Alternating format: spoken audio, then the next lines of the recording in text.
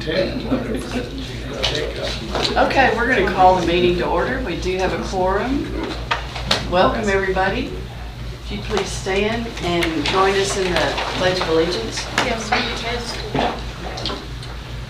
I pledge allegiance to the flag of the United States of America and to the republic for which it stands, one nation, under God, indivisible, with liberty and justice for all. Now the Texas pledge. Honor the Texas flag. I pledge allegiance to thee, Texas, one state under God, one and indivisible. Thank you. And we'll have our invocation. May I say something real quick? I just found out this weekend a dear friend of mine, class of '69 Pampa High School, who spent 30 years on the Pampa ISD, is now a member of the school board, Texas State School Board. His message to you, after talking to him this weekend, he's there to help. I have his name and number. I'm going to provide that to Mr. Pollard. Well, good. We all want his number. His name is Jay Johnson. He's a good man. Great. Let us pray. I spent all day writing this, Pollard. Thank you, buddy. No, I'm honored that you asked me to do this. Let us pray. Loving and gracious God, you are indeed the giver of all good gifts. And we thank you for this day, for all your blessings, for the safety and successful outcome of our school events and activities, and for all of our students and staff, both teaching and support members. As for this governing board, Father God, I personally ask that you bless its members abundantly as they continue to seek your wisdom, guidance, courage, and strength. And when they come together, may they make their business proceedings reflect your kingdom. Be with them in their deliberations and help them to be wise in the decisions they make for the good of all those who have been placed in their trust and confidence in their leadership. Help them to build a team that has love and respect at its heart, leads with integrity, and has the support of the community. Lord, give them the inspiration to be the best they can be, and may they always be a shining example of your goodness and truth in all they do. We pray these things with all glory be unto you, our loving God, now and always, through Christ Jesus and the Holy Spirit, forever and ever. Amen. Amen. Thank you. Thank you. And I am going to stick around a bit. Okay. Yeah. He said I could leave. Yeah. Okay.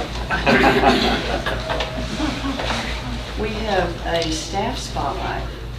Yes, we want to honor probably the person with the most stressful job in the district, transportation director. And so, poor Chris Rainey has just about single-handedly had to drive and try to recruit people, and I know Dr. Sanderson and Mr. Harper tried to help him as well, but the brunt of it lands on him, and so he has worked really hard, and he's relatively new to his position, but he does it with a cheerful heart.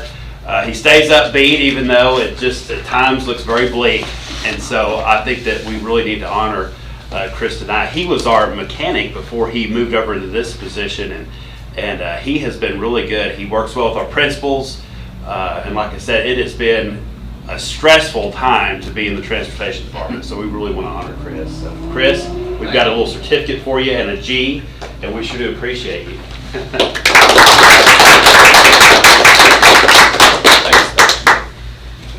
I just want to say there's no way I could have made it through these last few weeks without Mr. Harper and Dr. Sanderson and all of our coaches and everybody that's pitched in. So definitely a team effort. But Sure I appreciate it. Yeah. Chris, they're going to want a picture over here. Oh, okay. Last time newspaper cut me out of it. I'm very fortunate. They like zoomed in on the top, like all you see by sleeve. You put a funny moment.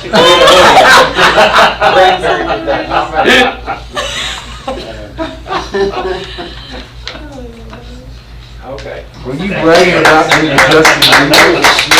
Yeah. That was because he was bragging about being Justin Bieber. Remember That's that? right, yeah. Well, our next honoree is a true Hornet. Jana has, I was about to say been around forever. That doesn't sound good. No, Jana. just out of the blue, she knew we were trying to raise money for a new mascot uniform, and she said, let me just pay for it. And so, very generous, and I loved, she said, can I have the old one? Because she likes to dress up in it and cheer the kids on. Now that's a Hornet fan. That is a Hornet fan.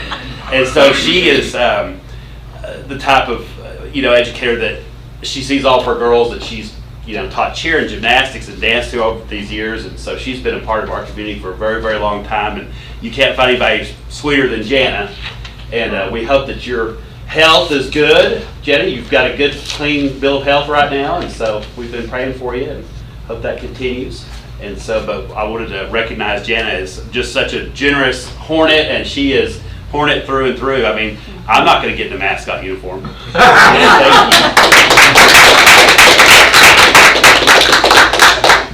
Well, I appreciate you. You bet. You want to take the picture? I want to take it with you. I'm going to get really close. Okay. We're going to make it awkwardly close. Yeah. There you go.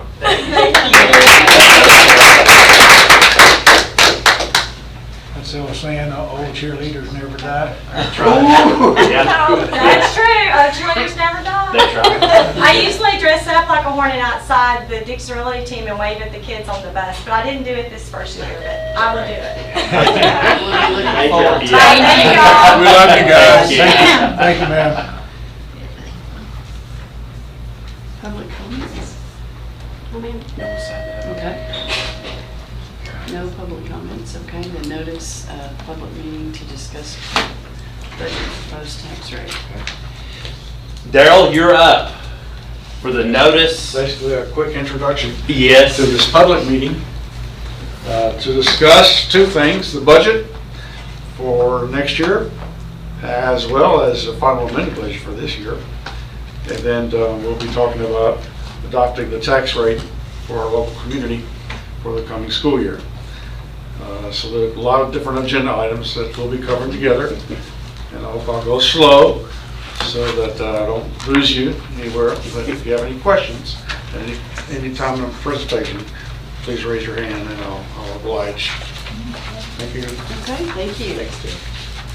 Pre-AP course designation name change. I'll be real quick. Not asking for any money tonight. It's been a while. It's been. I'm trying to keep that. I'm trying to stop that a little bit. Just wanted you guys to know, just GISD courses that were formerly designated as pre-AP. We're going to now identify those as honors courses. So, for instance, pre-AP English 1 or pre-AP English 2 will now be called Honors English 1 or Honors English 2. That's already been, the changes already happened in the course catalog. But just wanted you guys to be aware of that name change. And the reason is the College Board, who oversees pre-AP and AP, has made the decision that if you're going to call a course pre-AP, you now have to purchase the curriculum for that course, and it's a $3,000 a class, and that is per year, and so that could cost us anywhere from $18,000 plus a year. And so we feel that that we can still offer the rigor of that course without having to purchase that curriculum, and a lot of school districts have already started to make that change. So I just wanted you guys to be aware of why those name change, that name may have changed for that reason. So does anybody have any questions about the pre-AP versus honors? Some schools call it honors, some schools call it advanced, and so we just chose the name as So you said if it's called pre-AP, you have to purchase curriculum? Correct. The college board changed recently that if you are going to call a course pre-AP, pre-advanced placement, you have to purchase their curriculum from them, and it's $3,000 a course. And so it's just a way that they're sinking the more control over those courses. So for AP courses, you have to have, like, the teacher has to have their course syllabus has to be approved through College Board, but the College Board also has a pre-AP side, and you have to purchase in order to call it pre-AP. You have to now purchase that. So. Okay. So a college would recognize honors and pre-AP equally on a transcript? Well, the GPAs, we'll still keep the GPAs the same. It's just a course name change is Okay. really all it is.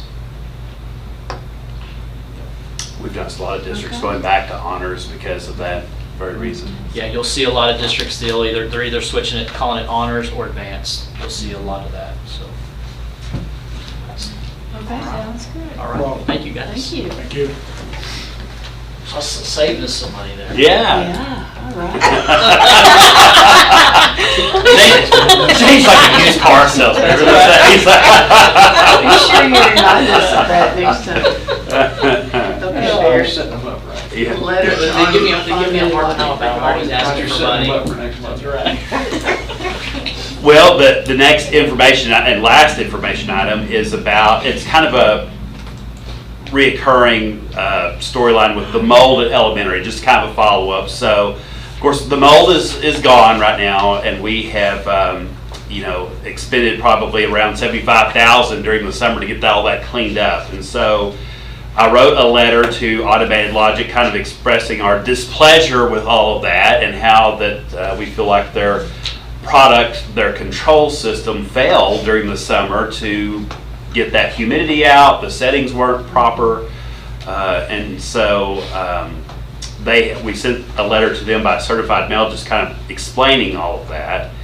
And I've received an email from them today, and so we're going to have a meeting with them, but I don't know if anything will come to it as far as reimbursement. I mean, they're not going to willingly do anything like that, but we just have to, I've been in discussion with our lawyer as well to see if there's anything we can do to hold them somewhat accountable for the fact that we lost quite a bit of money trying to clean all that up. So So they did make the adjustments, so it's appropriate now? The Well, adjustments? yes, but we continue to have air conditioning issues at the elementary. Now we're having some HVAC issues where the actual HVAC units are breaking down, and so it's been hot in some of those rooms. So it's a HVAC issues in Texas summer is kind of an ongoing thing. But in this issue, we feel like that Automated Logic was the one that was kind of the culprit of all this. So. What a ringtone. Man. Sorry. That was awesome. I saw it turn it on. My apologies. No, you're good, Charles. So just keeping y'all in the loop on where we're at with that. Okay. Moving on to action items. Foreign exchange student waiver, Shane. Yes. Well, this is something new. As long as I've been at the high school, I never really knew that this was a waiver that you had to file for, but we have foreign exchange students that come to Gatesville High School yearly that are involved in extracurriculars, sports and theater and everything like that. But we've always had probably about 7 or 8. But it's hard sometimes to find that many host families, and finding host families is probably hard right now. But also finding classes for them to take becomes an issue also. But when in researching this, we found that if you set a limit on the number of foreign exchange students you have that you cap it at, you have to have a waiver. And TEA says you must have a waiver if you allow less than 5, and then you may have a waiver if it's 5 or more. So I'm not certain if we need to file a waiver or not file a waiver. We're going to go ahead and file a waiver just to make sure. But the high school is requesting that we limit that number to 5 students, and so that's what I'm hearing. So there's 3 different reasons. It could, is it creating a financial or staffing hardship for the district? Does it diminish the district's ability to provide high-quality educational services for the district's domestic students? Or does it require domestic students to compete with foreign exchange students for educational resources? And so, anyway, so that's what we're doing. We're just going to set a limit, and we thought 5 was a reasonable number after communication with the high school. Does anybody have any questions regarding foreign exchange students? How many do we have in a row? I think we have 4 right now.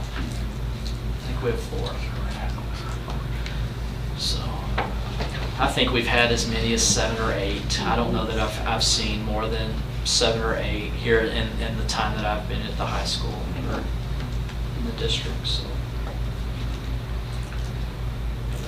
does anybody have any other questions? Any questions? All right. So, my recommendation is to approve the waiver and limit the number of foreign exchange students admitted to the district to 5 students a year. Is there a motion? I'll make a Linda, motion. second. Jimmy? Questions? Anybody? What if all of a sudden we have 6? Well, we're limited, and so our registrar will not allow more than 5 students to enroll. Now, I guess we could change this from year to year, if we wanted to change the limit. But we thought right now with COVID, we would just start with 5, stick with 5. Any more questions? All those in favor, raise your hand. Motion carries. All right, thank you guys. Thanks, Shane. Okay. Approval of contract for property exchange for the former consigners. Well, this has been a reoccurring item for probably a couple of years now, but I have a signed contract with Andy's signature on it. And so it just needs our approval tonight. It's the land swap that we had talked about earlier, to where that little piece of property there on Main, that he would clear it of that old structure, and so it'll just be a clean piece of property. And in return, we would give him the rest home for him to make it into whatever he deems appropriate. And so our lawyer has looked at this contract numerous times.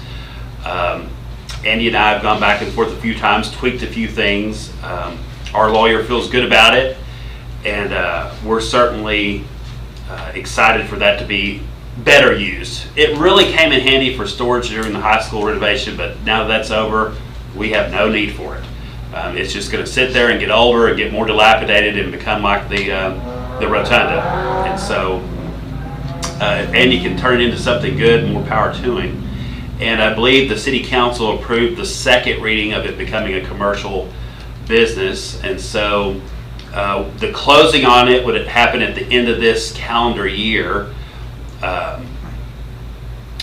Trying to think if there's anything else about the actual contract itself. And he's going to. Why would it be so far off the closing? He doesn't want to pay taxes on it. Okay. And we don't. Yeah. They're prorated, but that's okay. Yeah. I mean, Yeah. He'd rather just wait. I got you. So, any other Is questions? anything that might occur that, say he acquires a property and something isn't as whatever, and he can come back on us? No. Okay. No, we've got that all shorn up in the contract, so it's It's a as-is contract. yeah, we were very, very adamant with our lawyer that, make sure that, and we're upfront with him that, hey, this thing has asbestos in it, it's dilapidated, oh yeah, it's not in great shape. Proceed at your own caution. And so, yeah, he's well aware of that, and like I said, our lawyers read it numerous times. So my recommendation would be that the board approve the land swap contract with Mr. Layla as presented, and if y'all agree, that Mary Ann would be able to sign off on it. Is there a motion? Charles, second? Charlie? Second. Okay, any questions? All those in favor, raise your hand. Okay, motion carries. I just can't wait to see what it becomes. Yes, be good. Anything will be better than what it is. So, Oh, yeah. Okay, moving on, requests for new employees. So this is the time of year, the budget time, when we ask for new FTEs or positions, and so we've kind of identified 3 different areas. One being a high school custodian, because we have a much bigger high school and they've got a lot more square footage to clean. 2, our cafeteria staff, they need another one at the high school in particular. Just a lot of a good problem. We've got more circulation in the cafeteria, more kids eating the food. They've gotten lots of compliments on the food.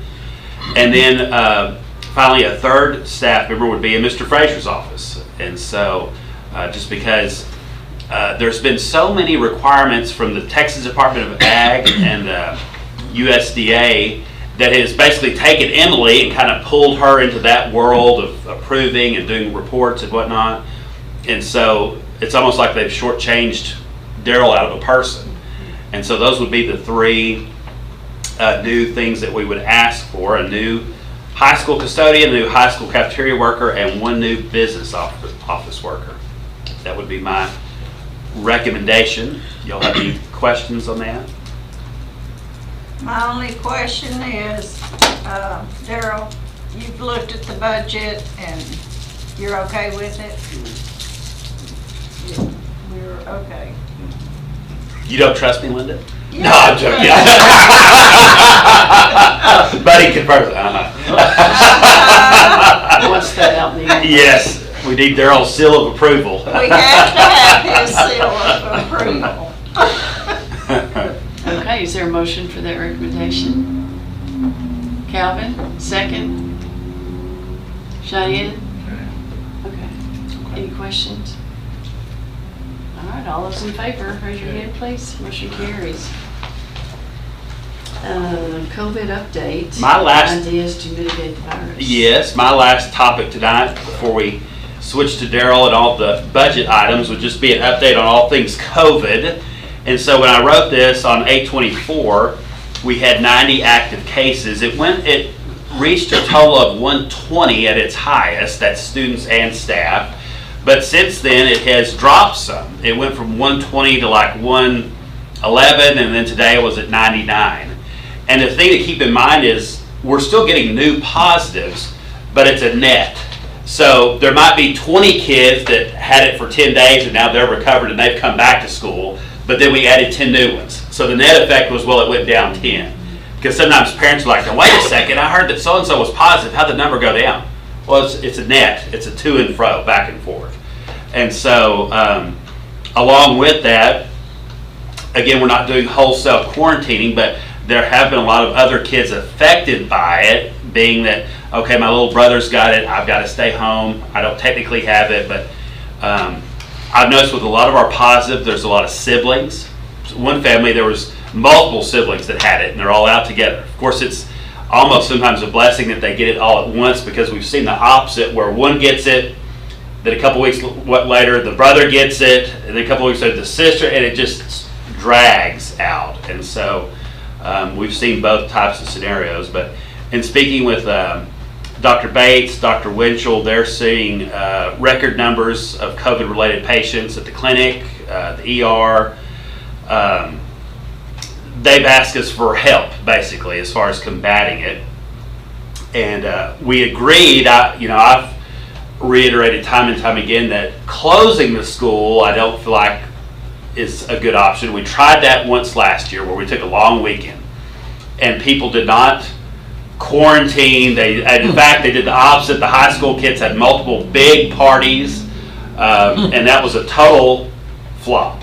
And so the kids need to be in school for a variety of reasons: social, emotional. They engage in riskier behaviors than COVID when they're out of school. And so that's not a good option. The other one being remote learning. And we saw a lot of, again, unintended bad consequences where students that last year were maybe hybrid, where they came some of the time or they were remote, were again engaging in behaviors that were very risky, not safe. They're off campus.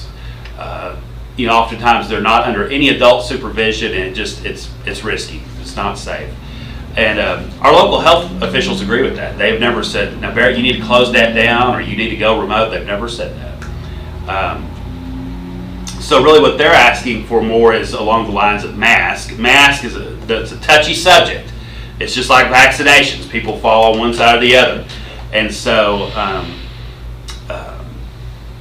one thing that I see in the news, that there's been several districts, probably between 30 to 40, maybe 50 at the most, that have mandated it. Said, okay, we're going to defy the governor, we're going to mandate it for the community.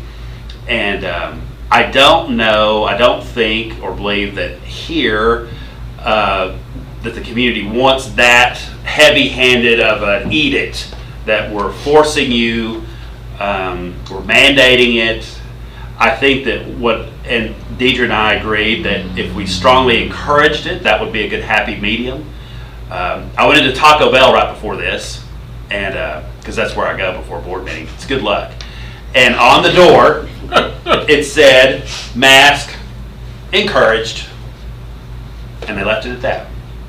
And I think that through educating the population, I think more and more people are watching the dashboard. They know, ooh, there's a lot of cases. Yeah, there are a lot of cases. And it's everywhere. COVID's everywhere.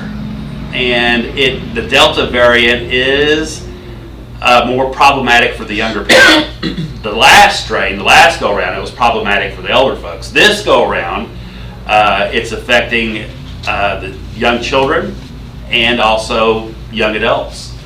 Dr. Bates gave some statistics on who all's in the ICU right now here in Gatesville, and they're all, 50s, 40s, 20s.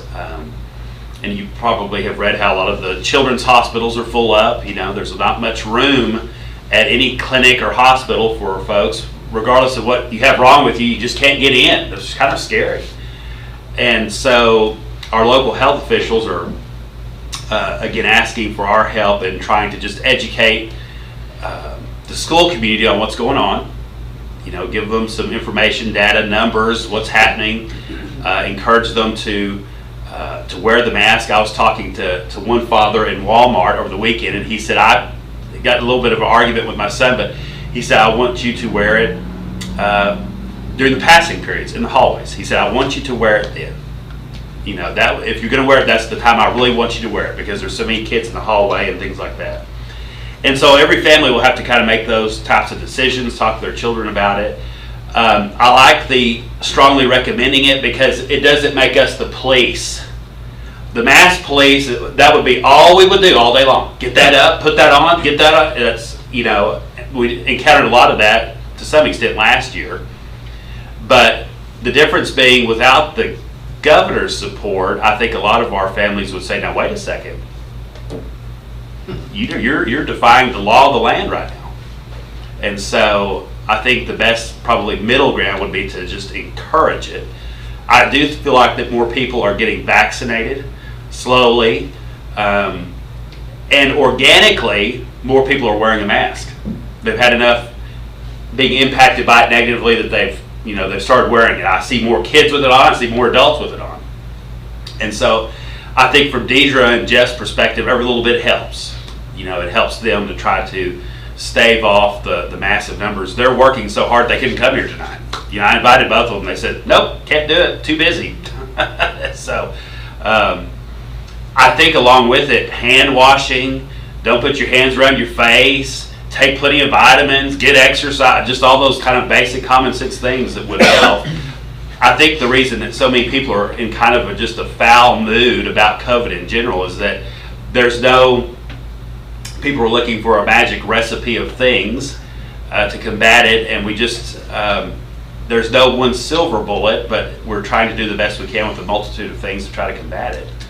I feel like that Dr. Bates and Dr. Winchell, they need our help to some extent. What do y'all think about strongly recommending it as opposed to mandating it? Thoughts, ideas? It's a touchy subject. People get very, enthusiastic about both sides. I don't think we need to mandate it. Yeah. No way. I'm for recommending it. Yeah. I don't even know if we need to strongly recommend it. I mean, that's just me. I think that's the parents' choice, and we're robbing them from that right. That's how I think. But I do think we need to recommend it. Yeah. I like these, and I kind of disagree. I like this strongly, and maybe because it's touched my family and affected it way too much. I agree, maybe not mandated because there's just going to be too much. Yeah. You're just going to fight it. But I mean, like, I'm going to a funeral this weekend with loss, and the other mother and the son is fighting it, and he might not make it. Yeah. So, and I'll be honest with you, I'm scared to death for my nephew. I'm on my little niece who has asthma really, really bad, and he's a fourth grader. I've been on her case. The other one I'm not worried about, but I'm really worried about him. Yeah. And so, whether people wear it or not, that's their business. I get that. If you just, I mean, just because you strongly recommend it is not gonna, it ain't gonna matter. I mean, if they're gonna wear it, they're gonna wear it. They don't, they don't. So the wording is really not gonna matter. Some school districts, I don't know if you've seen it on the news, have not, they're not mandating the mask because it is, the governor said no mandates. And they're not going against that, but they're changing their dress code so that a mask is needed. Paris is, who else is doing that? Several schools around Dallas are doing this. I saw that. You know about the dress code requirement is you have to have a mask on. That's just to circumvent the Yeah. mandate. People are, they don't want to go against the governor, but yet they feel like it's All loopholes. Yeah. it's something that we need to, have happen in our schools just to protect the kids who can't, the ones under 12 don't have a chance for a vaccine yet. And compared to other schools, I was talking to Belton and their administrators, and Gatesville was really high, even almost more so than. Let me address that. So I have a theory on that. Okay, thank you. One, we've got a high-powered testing machine that churns out tests 24/7. I mean, we've got testing availability up the wazoo. Whereas some of these places, you get in these metropolitan areas, metropolitan-esque, and they have harder times getting the testing back. I feel like we tested an incredible amount of people. In our list of positives, we include presumed positive, where someone else in your family has it, you've got the symptoms, but then maybe technically either you're not going to test or you tested negative to begin with. So there's things like that. I think we have a very accurate number. I feel like that some of these bigger districts, I don't want to say they're concealing it, but they're blissfully unaware of a lot of the numbers. Okay, that makes sense. Okay. The other thing the governor said from the beginning was, well, you don't have to display your number. You don't have to tell anybody how many you have. You don't have to tell the parents. The parents may opt to quarantine. I mean, it was kind of a no holds barred, which when he wrote it, at that time period here in Texas, we were down to 0. I mean, we didn't have any cases in April, May, basically. But now with it spiking from the beginning of the school year, we had the dashboard going, so everybody knew. A lot of districts didn't have their dashboard up. We were contact tracing, but to a lesser extent, where, again, not knocking out big groups of people, but if you slept over with a kid or you drank after a student, you need to go on home with them. So we've been a little bit more proactive than some places as far as trying to stay ahead of it, but I don't know if we are plateauing with that little bit of a dip or if it's just going to keep on going up again here in a minute. It's hard to tell. But the local health board community is pleased with what you're recommending. When I talked with Deidre, I said, I don't know that I can, I asked her point blank, I said, are you asking me to mandate it or strongly encourage it? And she said, I'm good with you strongly recommending it.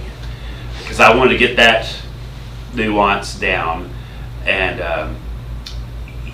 I just feel like that at the football game Friday night, did you see anybody with a mask on? About 3 people. Yeah. And so, I don't know if,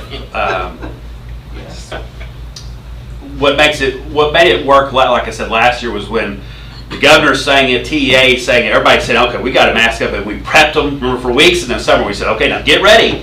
Get ready. We're going to wear a mask. Now, you can wear a hat with it, whatever, but you can wear that mask. And they did it. And they did a good job of it. But with this much controversy surrounding it, I don't know that we could get that sort of momentum going again. So she, like I said, she felt like they'll take any help that they can get at this point.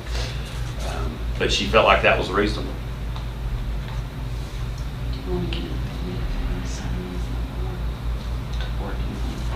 Do you want to have a discussion about having a sign on the front door of the school? Oh, we can, yeah. Okay. So like, as far as like rolling this out, like having a sign on the front door that says mask encouraged, are y'all okay with that? Yeah, Mhm. sure. I like that. And I don't know, other than trying to keep everyone educated on the number of cases we're having and the fact that Coryell Health is suffering, they're struggling with the numbers. We can just encourage folks to wear it. The one good thing is right now is there's plenty of testing availability and there's plenty of vaccine availability if you want it. So it's there if you want it. Well, here's my thoughts. Okay. I wrote them down. If y'all don't mind, I'm just going to read them. Okay. I just said anyone that knows me well knows that I believe that unity is the most important thing for a team or a committee. When people unite for good or bad, things happen. I personally don't believe we will ever find unity on the subject of masks. I understand where both sides are coming from, and I too have an opinion. You can now find evidence to support whichever side you're on. What we can be in unity about is supporting each other, even if we are of the opposite opinion. I would like to say I'm thankful this is a recommendation, not a mandate, as I personally don't believe that it is a wise choice for our students' overall well-being. I'm extremely grateful for our healthcare providers. They will never know how much we appreciate their service to our community. We as a community need to encourage them and be grateful, and as well as pray for their strength and endurance as they continue to fight through this. In this recommendation, I hope it raises the awareness that we need to take care of ourselves and not just ask people to wear a mask. We should boost our immune systems by taking vitamins and hydrating. Most of all, I would like to say that COVID did hit our family, and my biggest takeaway was that we need each other. If someone you know is sick, check on them, encourage and pray for them, drop off Gatorade or vitamins. Finding unity in this situation might not just be in asking our schools to wear a mask. It might be in loving our neighbor and helping those in need. Maya Angelou said people will forget what you said, they'll forget what you did, but they will never forget how you made them feel. So, those are my thoughts. Thanks, Shane. Thank you. Sorry, it was a lot, more than y'all. But. No, it's that was well said. Anybody else? How's everybody feel about it? Well, I feel we need to support our health system, and if that's what they're recommending, I think we should, they're the ones fighting this the most. We Every need to day be they are, supportive. for many hours. Yes. Yeah, lots of people are showing up. I agree with Cheyenne, because you can argue, both sides just arguing, my biggest thing is that everything is so political, and it's not about what's right, it's who's right, and what is the right thing to do. We don't want anybody to die, we don't want anybody to get sick, so let's take care of each other in the best way we know how. And whether it's, and you can't force people to do anything. If you highly encourage, you just never know what people might do.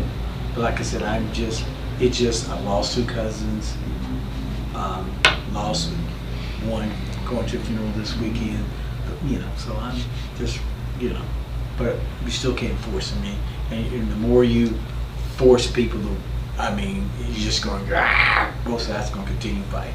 So all we can do. It will raise awareness. Yeah, all we can do is pray. I agree. Pray, pray, pray.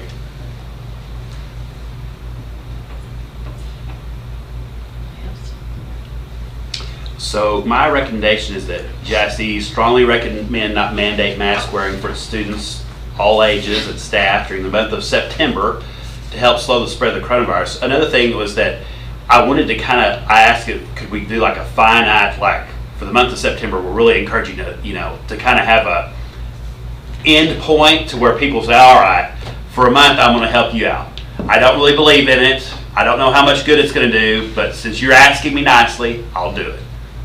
I don't know. I'm a naive person, Jimmy, but I'm gonna put it. But I'm gonna put this out there, and so.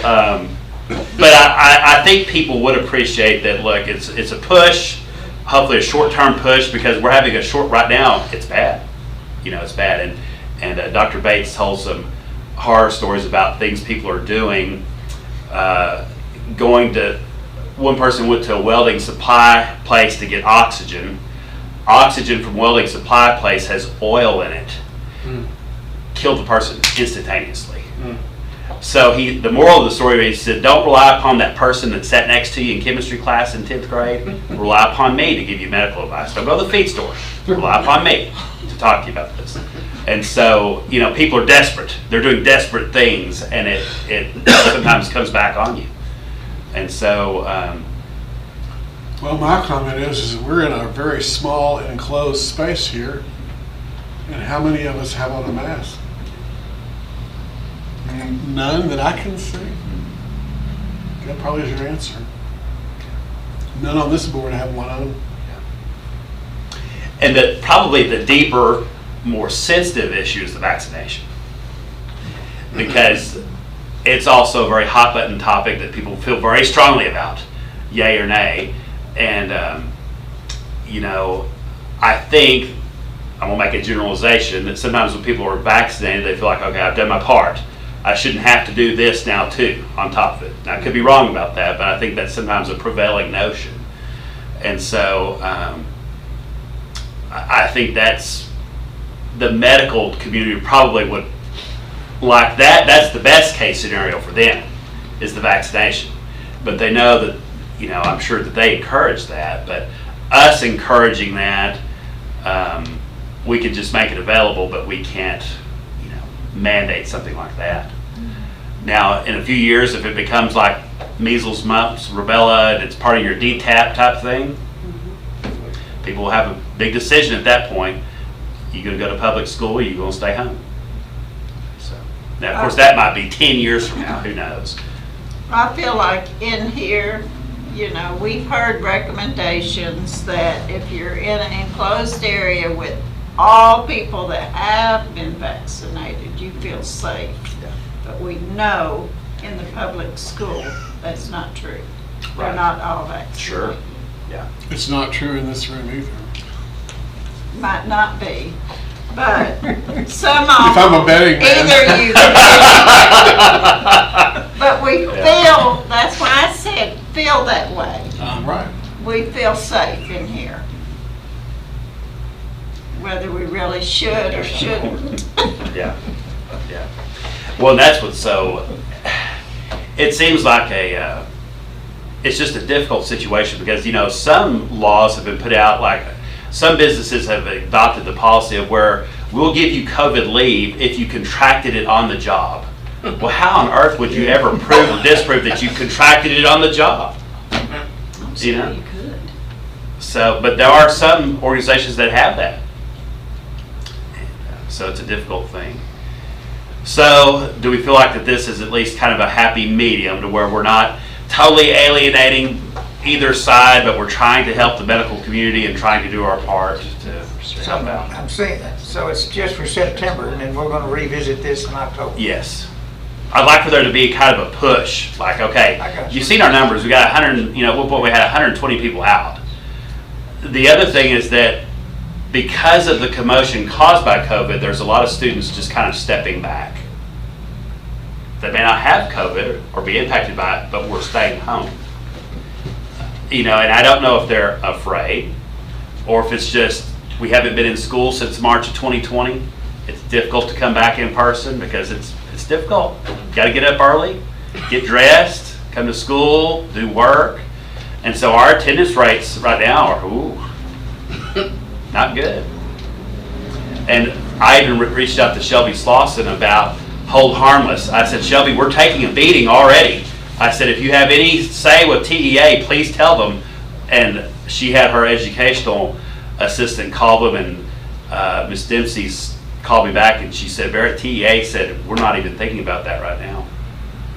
So. Are the numbers that you said, 120, that's bona fide COVID? True COVID That's positive not somebody students and who staff. has a- Correct. Okay. Correct.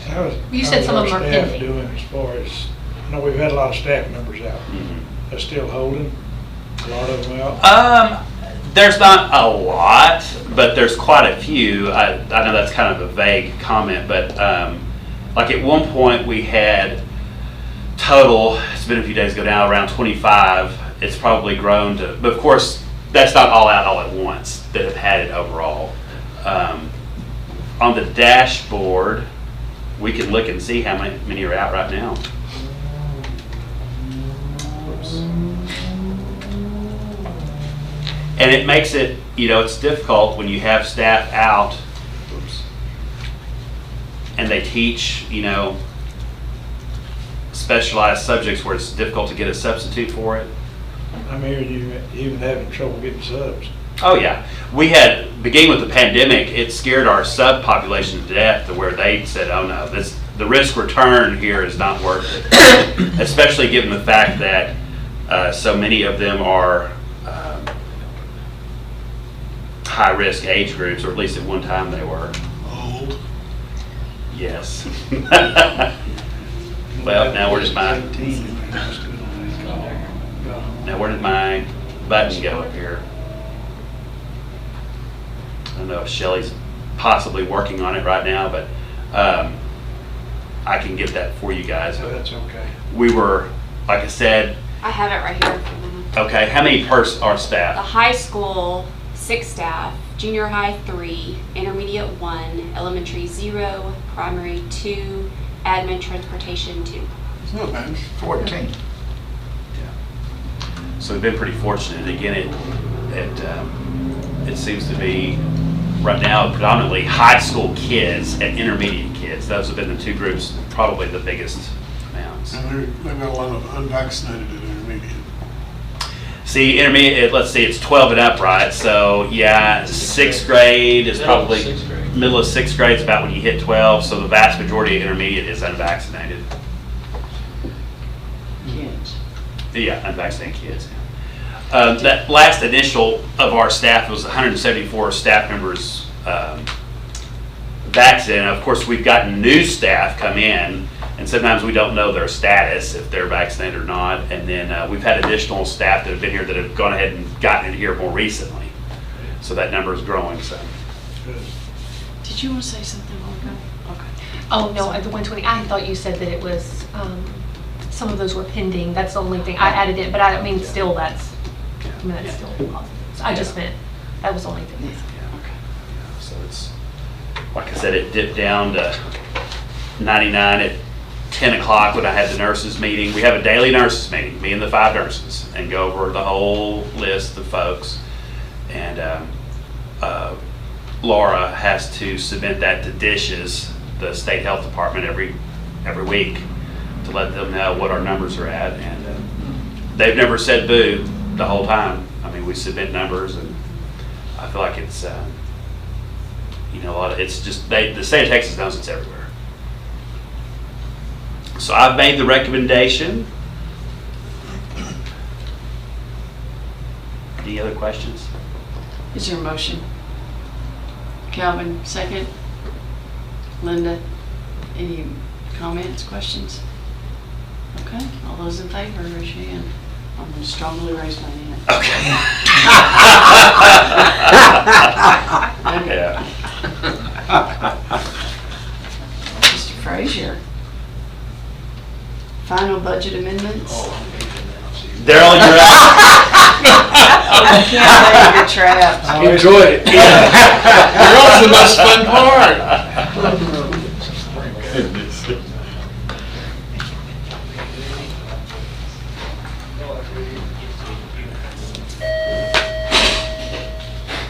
I just passed out before the meeting a separate handout.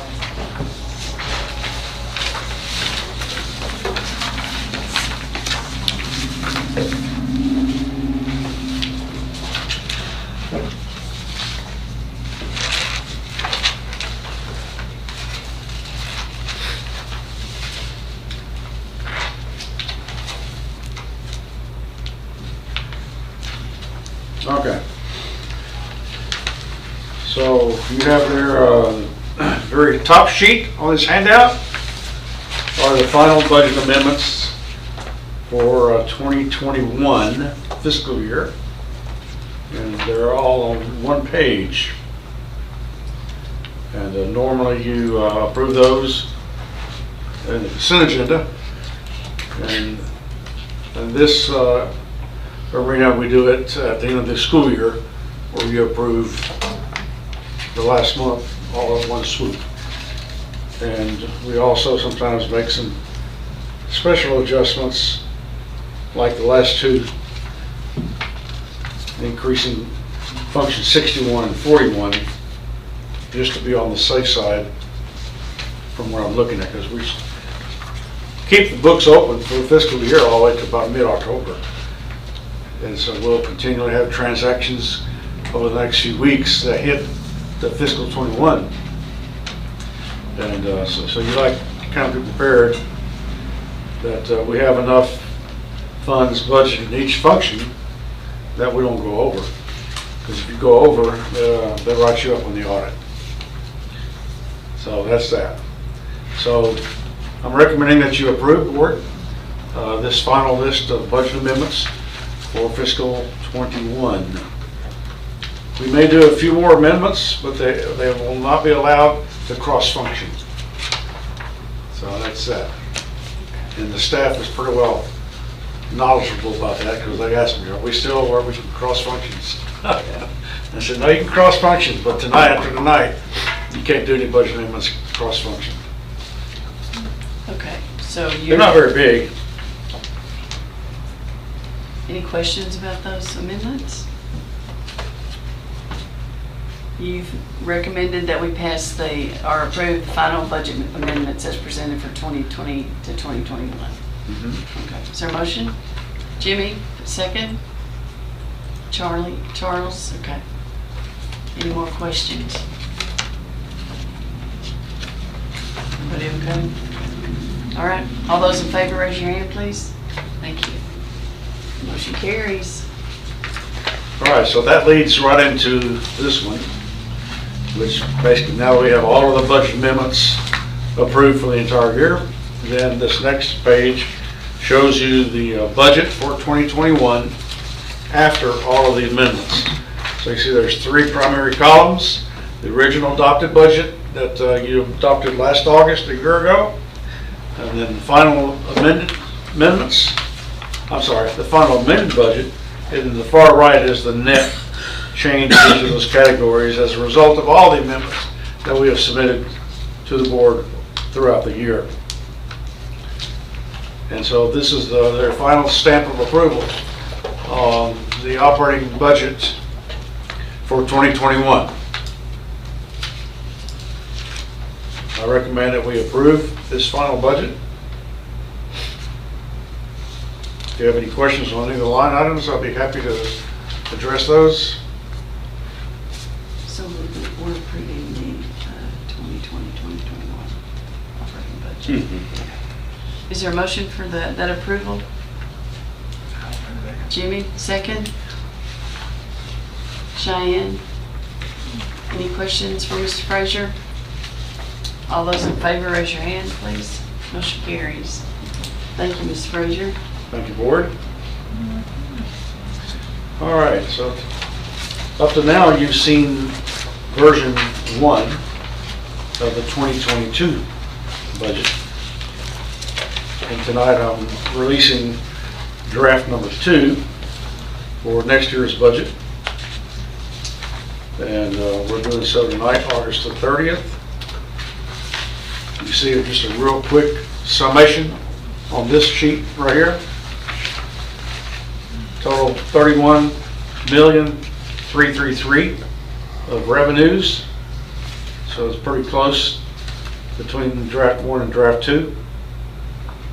The summary of district appropriations went from $30,000,003 to $31,001,001. And the primary reason for that increase is that the cafeteria payroll was left out of the expenses in draft 1. So my bad. I saw that 900,000. I knew there was something wrong. Well, I found it, and it was the cafeteria payroll was not in that number. So it brought it down to now a net income or loss of $215,000 net income. and that's split pretty evenly between the general funds and the INS fund. And then I have the next sheet, gives you this 2022 budget on the right side, comparing it to the 2021 budget. And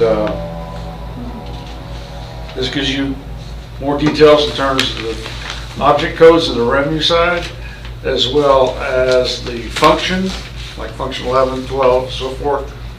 And the object codes, no, those are strictly function codes.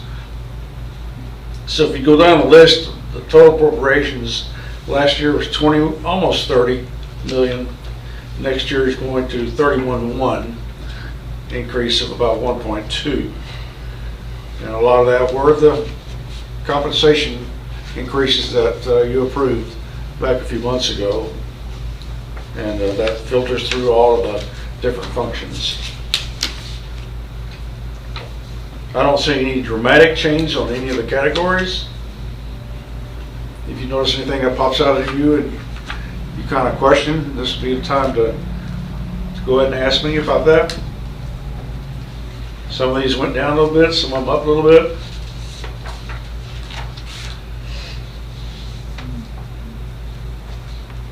You know that at the bottom I have here the funds that are included in the budget.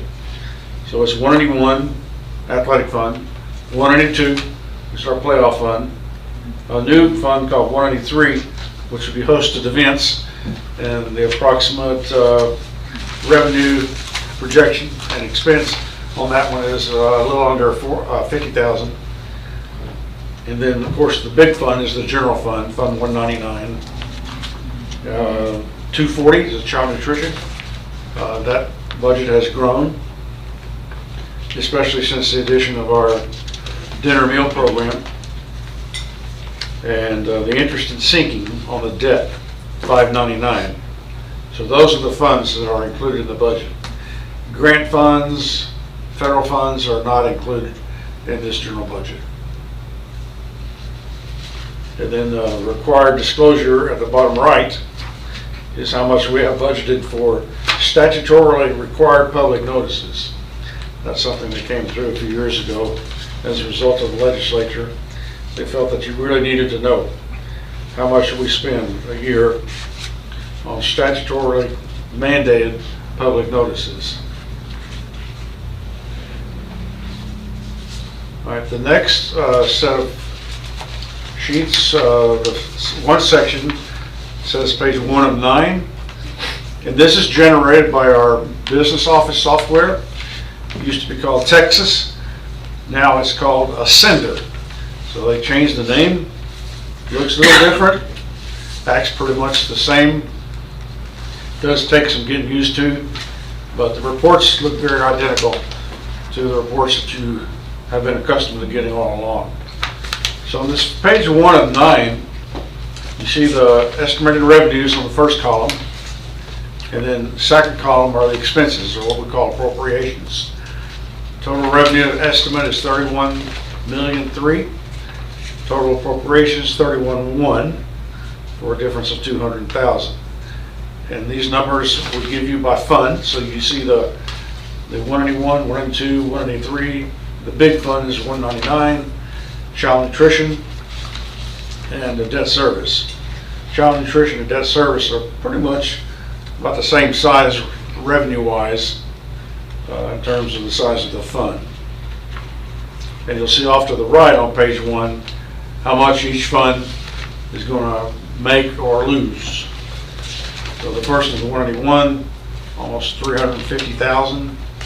The athletic fund, that at the end of the school year will get moved into 199 through a year-end adjustment.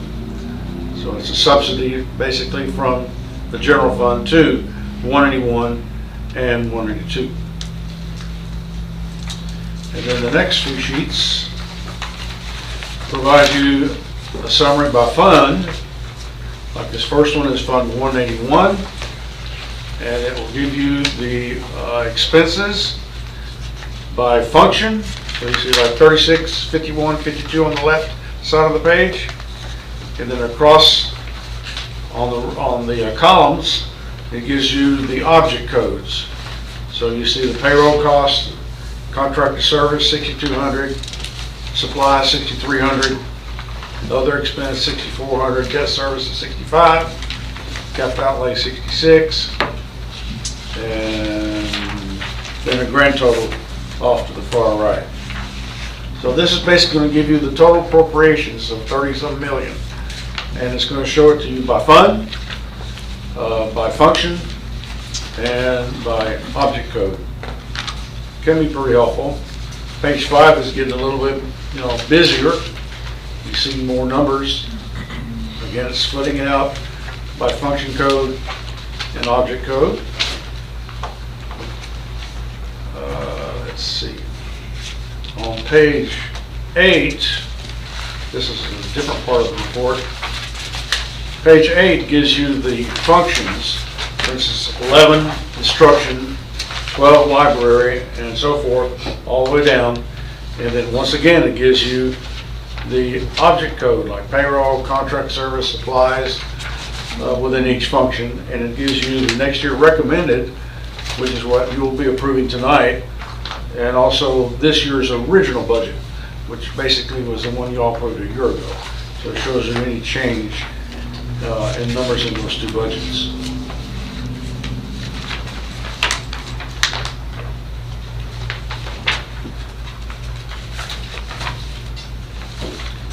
All right, so any questions on any of these numbers? You want me to go dig some more detail out for you? I got lots of detail. I think we are. Typically don't want to overwhelm you. I'll just give you the good summary. That's what this is. If this isn't detailed to you, I don't want to know what your detail is. We're in a positive fund balance. And you know about the SR2 money. SR2 was about 1.7 million. And just today, TEA approved the reimbursement request that I put through last Friday. So I didn't waste any time. I want my money before it goes away. It's like that commercial. I want it now. Yeah. I need money and I need it now. I told my wife that sure is a catchy tune. Yeah. But we sent in the reimbursement request, 1.7 million on Friday. During the weekend, they sent back a reply saying we need lots more information. I said, oh boy, here we go again. Then today they said, no, don't worry about it. Made a mistake. You had all that outlined in your application under pre-award costs, so we're good. It's approved. So I was like, oh, Great job. So what that'll do, you see, is that 1.7. I'm going to credit expenses, mostly payroll expenses, of this fiscal year, the one we're about to finish. I'm going to credit that fiscal year about 1.7 million. In late September, I think is when they're projecting, TEA is going to calculate the value of that whole harvest that they provided for us all last year. And that's estimated around $500,000, 500,000. Could go from around 4 to 6, but that's what I'm thinking. So they'll take it away on the final statement of summary finance, they call it. And then they'll settle up with you after that. So they're going to take it away from this year's revenue that we've already gotten. Meanwhile, we're going to bring in 1.7 million. So that's about a $1.2 million positive. So I know Dr. Pollard has been antsy about what's the number? How much are we going to roll in the fund balance? Every superintendent wants to know. And every CFO is a little reluctant to give it out until the final numbers are in. But we know that 1.2 is going in. And it could be, $500,000 other. I think we did pretty well on our budget this year. So could we hit 2 million? Yeah, it's possible. But we'll see as we progress through the audit, which they already started to do. And we close the books on 21 around mid-October or so. And then at that point, we'll have a really good idea of how much fund balance. But I think you'll be pleased. And we've done a good job. A lot of unexpected things hit us this year. But we've hung in there tough, and we're better to make some adjustments, make some cuts here and there. The Lord's been good to us. So I'm pretty pleased with the way 2021 is going to end, and pretty optimistic about 2022. So long as I know a lot of the state's probably reneging on that whole harvest, because they're thinking, well, there's that pot of ESSER free over there sitting there. So just like let you use some of that ESSER 2 to make up whole harvest, they're probably thinking the same way for next year, because you do have 3 years to spend all this ESSER money. And but like they're always recommending, hey guys, don't forget, this is a one-time deal. You got 3 years to spend it, and it's gone. So don't get yourself too overloaded with expenses, because there'll come a day of reckoning when you're going to have to get your budget back in balance. You know what I'm saying? So I recommend to the board that we approve the 22 budget as presented. And there were very few changes between draft 1 and draft 2. Other than that little mistake I made on the cafeteria payroll. How can I leave cafeteria payroll off? Don't worry, we're okay. But I'll admit my mistakes. But it's not too late. We didn't approve that one anyway. But Okay. this was real. Yeah. We have to live with this one. Yeah. Okay, you've heard the recommendation. Is there a motion? Linda, second? Charles? Any more questions for our favorite guy? You can always pick up the phone. Call, Our favorite text. financial guy. Yeah. All those in favor, raise your hand. Adoption. Thank you, board. Appreciate you. Thank you. Hopefully I'll be here. Thank you. A lot of hard work went in that, thank you, sir. Look. Well, I don't know where you're going. Do I have another one? Yes, just a few, Oh, I thought it was just a the few M&O small ones. and, Oh, Yeah. yes. These are kind of anticlimactic. Yeah. These are very anticlimactic. These are We've already Board. discussed these. Right. resolutions. 9H. All right, let me get over here. 9 what? H. Okay, you did this one, It's an operation. approve the budget. Mhm. And then this next one, so see, you got to approve the budget. And then once the budget's approved, then you go to the taxes that are used to support the budget. So that's why they do it in that order. So now, the board of directors, board of trustees has the opportunity to approve 2 tax rates. One's the maintenance and operations, and 2, the INS. So let's take on maintenance and operations. You know, of course, that we talked about this, that we have that tax rate compression. So the tax levy rate that we're going to be issuing is 0.8620 for the M&O. 0.8620 for this coming school year. And that's what we are recommending.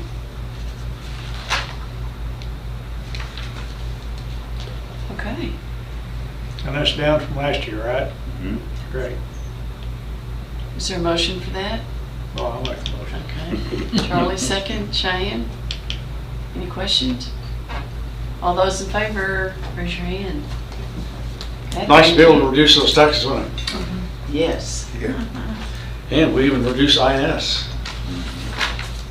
Next one's INS. We're going down to 2050. That's with 2 bonds. Actually, 3 bonds. We have 2 bonds on the elementary campus. Yeah, that's true. And one of these days, they'll all be paid. And then I'll build something else. That's what I was thinking. I know what's coming next. They're not 30-year notes, 15-year notes, the last ones. So we're asking the board of trustees to approve an INS rate of 2050 for next year. Okay, is there a motion for 2050? Calvin, second. Linda? Any questions? All those in favor, raise your hand, please. All right. Thank you. Now, the next item is really those two rates combined into what's called ordinance, tax ordinance number 45. And so it has a lot of lingo in there. This is the formal ordinance that you as a board will pass authorizing these rates and these levies for our community. I don't, seem like in the past it has been read and sometimes skimmed over. What do y'all want? I assume y'all can read it on your own time? Yes. And have- Yes. Okay. Thank you, Mr. Amen. That's basically the rates and then some lingo. You get the total rate. At the bottom is this tax rate will raise more taxes from M&O than last year's. Even though the rate went down, we're still going to actually wind up with more M&O because of property values. And then this other big line down here on the bottom of that page says the tax rate will effectively be raised by 0.67% and will raise taxes for maintenance and operations on a $100,000 home of approximately $1,405. Well, it's a very modest increase. And then we'll need to get the president of the board and the secretary of the board to sign this resolution. And then this resolution goes to the tax office. So I recommend that the board approves ordinance 45, so we can get Justin down there busy on getting those levies out. Changes. Okay, is there a motion for that recommendation? I will. I'll make the motion. Second? Charlie? Any more questions? All those in favor, raise your hand, please. Thank you. All right. Thank you. Okay, another one is the resolution dealing with our fund balance. And so the resolution that we're recommending tonight is that we again commit $100,000 of the fund balance toward the district's 25% residential placement set-aside requirement, which is something that is involved with the SPED department, special ed. We do this every year. So if we don't do this, then we have to put it in the budget. And that just takes more expenditures in the budget. Just easier to just do it this way. Number two, be it resolved that $1 million be committed toward any remaining costs associated with the renovation of the high school campus as of August 31. There'll be some more residual costs. We haven't paid everything off yet. We made one good payment, almost $500,000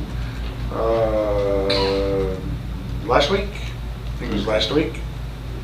But there will be some more expenses. It's still going to fall within, the budgeted amount that we have for all of those expenses, the architects and the contractor and the soft costs. But then these costs will actually go against next year. So that's what I'm recommending we do, to hold back $1 million. This next number is, we do this every year. We're committing $2 million of our fund balance to offset future fluctuations in state aid. If the state should ever run dry and they need some extra money back from us, one of their favorite tricks is to withhold the August payment, which in our case is about $2 million. And so when they do that, you would actually lose revenue that fiscal year. And that's what this $2 million in fund balance is set to resolve. And then we've also had the same number, $500,000, that we set aside, assign it is an official word, for future acquisitions and facility projects as future needs dictate and the superintendent and the board agree. We've had it at $500,000 now for the last several years. Seems to be a good workable number. I think we've used about maybe 200 of the 500 this past year. We didn't use most of it. So anyway, that's a very important resolution here on the fund balance. So we, our goal and the policy, board policy, is to have 3 months of operating expenditures in fund balance. So in addition to those 3 months, then you have these commitments. So you got 3, 4, 5, 6, 7 million. So that means our fund balance has to be over 7 million to be able to do this. And it should be there. And again, we'll need signatures on this resolution as well. So I hereby recommend to the school board that you approve this resolution of our fund balance as of August 31, 2021. Okay, you've heard that recommendation. Jimmy makes a motion, Linda seconds. Any more questions about fund balance? All those in favor, raise your hand, please. Okay. Passes. It's kind of sad. I'm down to my last one. You can stay. He could go on. If I had left on the other one, we would have approved the budget but had no money to. Yeah. Thank you for getting me back. All right, this last one is dictated by, what is that, GASB 54. GASB 54 relates to assignment of campus activity funds. We probably have $400,000 or $500,000 in campus activity funds in 5 different checking accounts. So each campus has their own account, and each campus has assigned a bookkeeper to watch over those funds and make the disbursements. They report to the business office once a month. We get their statements, we get their bank reconciliation, and we get all of the various reports, income statement, and whatnot. So we look carefully over the records that the campuses bring to us every single month. And so it's kind of like an internal audit, basically, of the campus activity funds. But, you may be aware that oftentimes in the past, this has been a contentious area and that can be subject to some fraud as far as the campus activity funds. And a lot of times if there is a problem at a school district, it was, somebody had been meddling with the campus activity funds. Also, we want to make sure that the campus activity funds are protected and they're not subject to the will of the business office or the school board for that matter.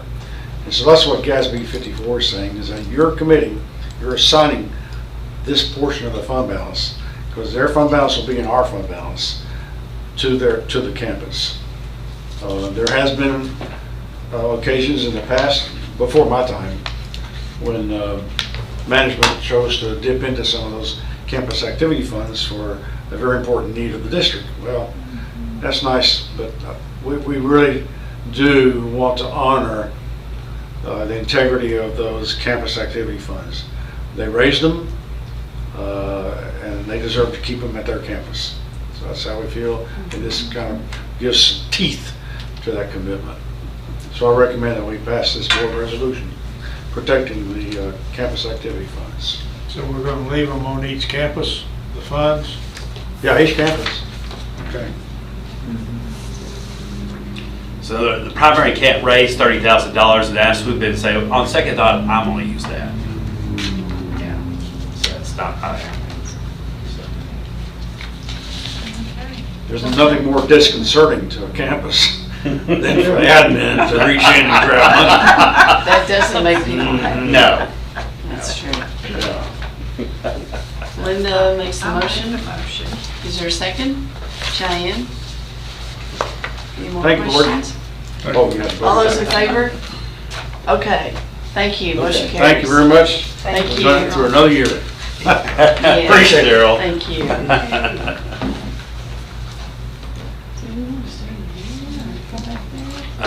It's up to y'all. Nobody's out there. Okay, we're ready for executive session. Do you